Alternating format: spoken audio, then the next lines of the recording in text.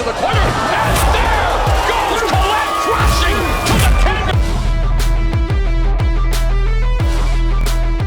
Parce que c'est ça, la plupart des gens, quand ils sont au pouvoir, ils ne travaillent pas pour la population. Ils négligent même l'armée. Dans certains pays, il n'y a pas d'armée. 100 millions d'habitants, l'armée est petite comme ça. Ce n'est pas normal. Vous allez être victime. 100 millions d'habitants, l'armée est petite comme ça. Bon, qui va aller à l'armée si on ne reçoit rien à l'armée? Il n'y a pas de salaire. Et puis vous pleurnichez quand vous êtes attaqué. Ça n'a aucun sens. Un Chinois candidat aux élections au Lesotho. Très intéressant. Lesotho, vous connaissez le Kingdom of Lesotho. Royaume de Lesotho, un pays enclavé en Afrique du Sud. Il y a deux pays enclavés en Afrique du Sud. Il y a le Lesotho et l'Eswatini, autrefois appelé Swaziland. Très intéressant comme endroit. Alors un jeune monsieur chinois, oui, un Chinois se présente aux élections.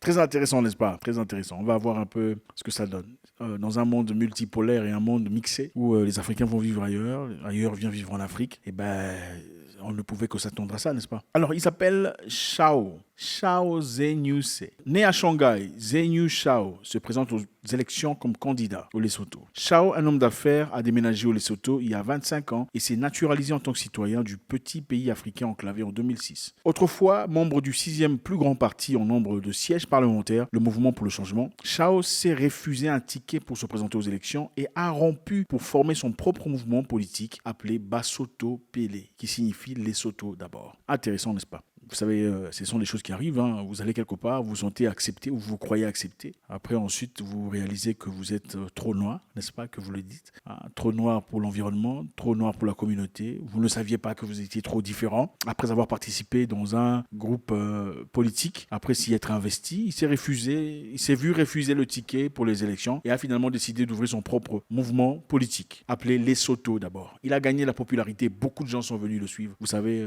un monsieur différent en Afrique, avec des idées différentes. Alors, en tant que chef de Basotho Pele, Shao, qui s'appelle Jason, maintenant, on ne va plus l'appeler Shao, vous voyez, il faut faire westernize, il faut jasonner le monsieur. Donc, Jason, en anglais, également connu localement sous le nom de Poulet, vise à se concentrer sur les opportunités d'emploi et réduire la dépendance du pays à l'égard des produits importés, s'il devrait être élu aux élections. Donc, il fait des promesses, évidemment, on ne va pas être dépendant des produits importés, il faudrait commencer à produire sur place. Le Lesotho devrait avoir ses propres entreprises qui fabriquent des véhicules à moteur, des pièces de rechange, des appareils électroniques. Nous devrions également exporter des articles produits dans le pays, a-t-il déclaré. Voilà, donc il encourage la population du Lesotho de ne pas seulement dépendre de ce qui vient d'ailleurs, de commencer à activement travailler, à construire un système à travers lequel le Lesotho sera aussi producteur et surtout exportateur. Vous savez, beaucoup de pays africains, généralement, nous sommes importateurs, n'est-ce pas? L'Afrique importe tout. Papier hygiénique, allumettes, lames de rasoir, tout. Rares sont ces pays qui peuvent... Bon, lui, M. Shao, venant de Shanghai, dit qu'il va transformer le Lesotho,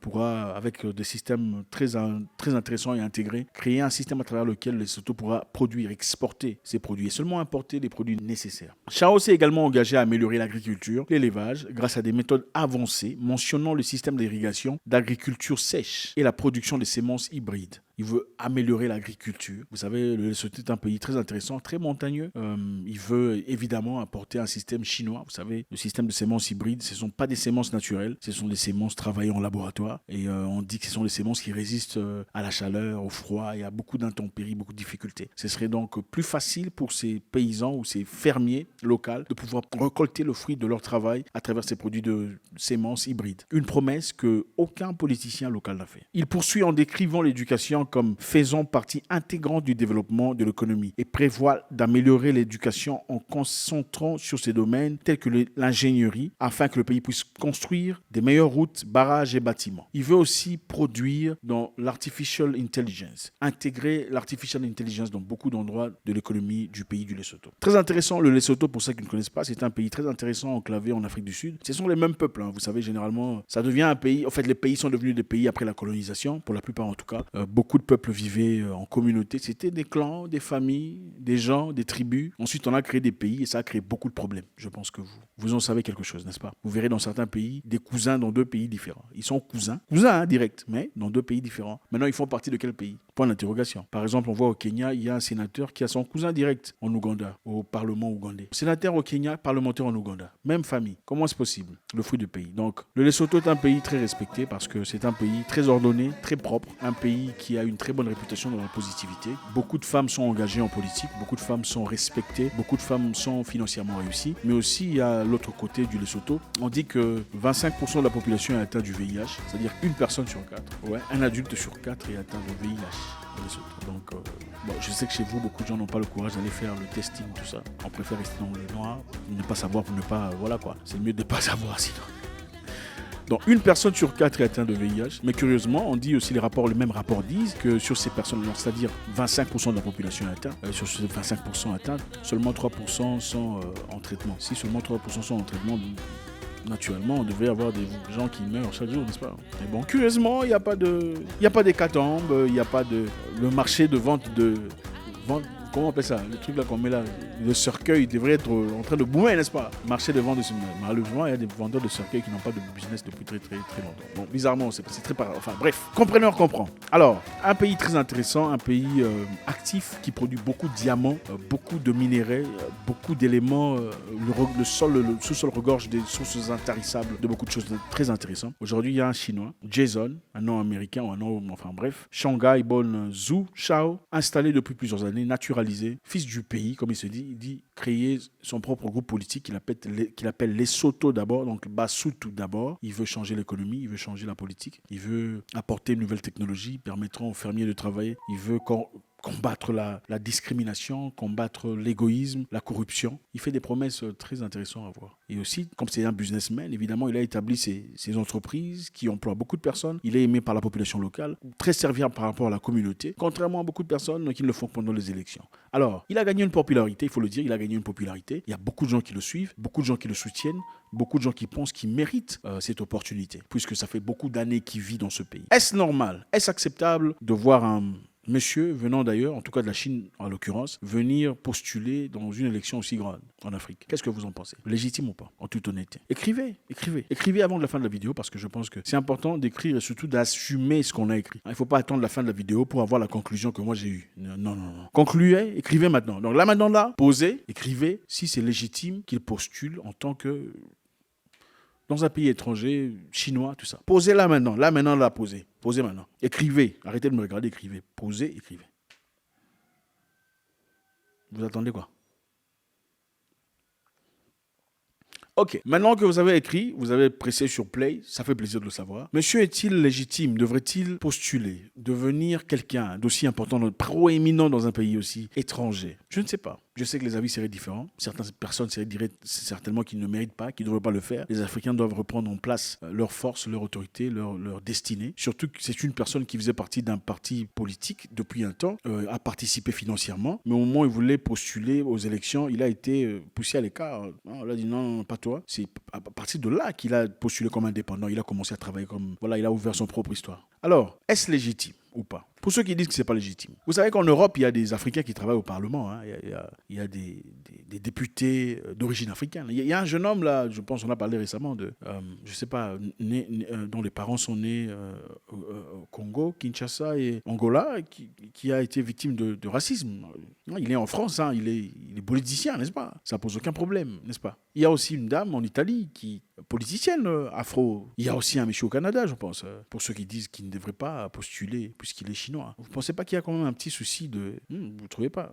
C'est OK que les Africaines aillent postuler ailleurs pour devenir des gens importants, mais l'envers du record n'est pas acceptable. Je ne sais pas, soyons honnêtes avec nous-mêmes. Je ne sais pas, dites-moi, c'est très intéressant de le savoir. En tout cas, dans tout cela, il y a beaucoup de gens qui pensent qu'il ne devrait pas. Certaines personnes pensent qu'en laissant une opportunité à ce monsieur Jason, une aussi grande opportunité, ce serait ouvrir une porte qu'on serait incapable de fermer dans le futur. Les Africains devraient prendre en charge leur avenir, leur destinée, surtout dans des positions clés. Je sais qu'il y a des pays où on n'autorise pas une personne qui n'est pas naturellement née de cet endroit de postuler à certains postes clés du pays. Mais on voit au Canada les portes ouvertes pour beaucoup de personnes. Le Parlement est mixé. Enfin, qu'est-ce que vous en pensez? Est-ce que chaque pays, dans ce cas, devrait rester dans son pays et développer seulement son pays et être parlementaire dans son pays et président dans son pays et pas ailleurs? Sinon, on serait égoïste, n'est-ce pas, de dire que non, on peut faire ça chez autrui, mais pas chez nous. Ce n'est pas applicable. Comme si le racisme, le reverse racisme n'existe pas. S'il faut être correct, dans ce cas, il faut être correct partout, n'est-ce pas? Il y a aussi une dame chinoise qui est parlementaire en Afrique du Sud. Tollé général pendant un temps. Il a fallu scruter, examiner son cas, vérifier. Elle est parlementaire sur le compte de l'ANC, le parti de Nelson Mandela, en Afrique du Sud. Est-ce pour créer une mixité, pour montrer que les gens sont acceptants? C'est une communauté rainbow, c'est-à-dire une communauté arc-en-ciel où tout le monde s'accepte. Est-ce que l'Afrique peut progresser en intégrant les étrangers? Est-ce que ça pourrait peut-être progresser? Est-ce que ça pourrait remplacer le mensonge, le vol, la malhonnêteté de beaucoup de nos dirigeants? Parce que c'est ça, la plupart des gens, quand ils sont au pouvoir, ils ne travaillent pas pour la population. Ils négligent même l'armée. Dans certains pays, il n'y a pas d'armée. 100 millions d'habitants, l'armée est petite comme ça. Ce n'est pas normal. Vous allez être victime. 100 millions d'habitants, l'armée est petite comme ça. Bon, qui va aller à l'armée si on ne reçoit rien à l'armée? Il n'y a pas de salaire. Enfin, et puis vous pleurnichez quand vous êtes attaqué. Ça n'a aucun sens. Il faut l'honneur. Et pour donner l'honneur à un travail, il faut le valoriser. Il faut un salaire adéquat. Il faut un travail bien. Il faut du respect. Il faut de la considération pour inciter la jeunesse. En tout cas, quand vous êtes 100 millions d'habitants, votre armée ne peut pas être petite comme ça. Et surtout si vous avez des terres qui regorgent de sources intarissables de richesse. Il vous faut avoir l'armée d'abord avant d'acheter des villas, l'armée d'abord avant d'acheter des voitures, l'armée d'abord avant de faire des voyages non-stop, l'armée d'abord avant de parler gros français à la télévision. L'armée, c'est la défense. Quand quelqu'un vient dans votre maison pour essayer de toucher vos enfants, qu'est-ce que vous faites? Vous défendez, n'est-ce pas? C'est ça la masculinité. L'homme doit être fort. L'homme doit être fort. L'homme doit défendre sa famille avec sa vie. D'accord? Au lieu d'acheter d'abord des montres chères, des chaussures chères, il faut aller payer l'argent chez un coach, apprendre comment se battre. Au cas où quelqu'un vient dans la maison pour toucher tes enfants, tu donnes ta vie d'abord avant ça. Ou va apprendre à manier les flingues ou tout le bazar. Bref, ça c'était entre parenthèses. Est-ce légitime? Est-ce que l'Afrique a besoin de l'aide? Besoin d'aide étrangère peut-être. Peut-être que ces gens en venant dans nos continents, je sais pas, dites-moi, peut-être qu'ils intégreront une mentalité différente. C'est cette mentalité qui a poussé à ce que leur pays avance, progresse et évolue, puisse nous aider à nous, au moins à nous booster vers la bonne direction. Qu'est-ce que vous en pensez? Bon, il faut dire qu'aujourd'hui, on utilise certaines choses parce qu'on a vu ça de certaines personnes. Il faut être honnête, n'est-ce pas? Hein? Bon, on dit qu'il y a un noir qui a créé ça, mais bon, nous on a vu, c'est pas un noir qui est né en Afrique, c'est clair. On a vu ça ailleurs. Avant, il y avait des téléphones avec des grosses antennes.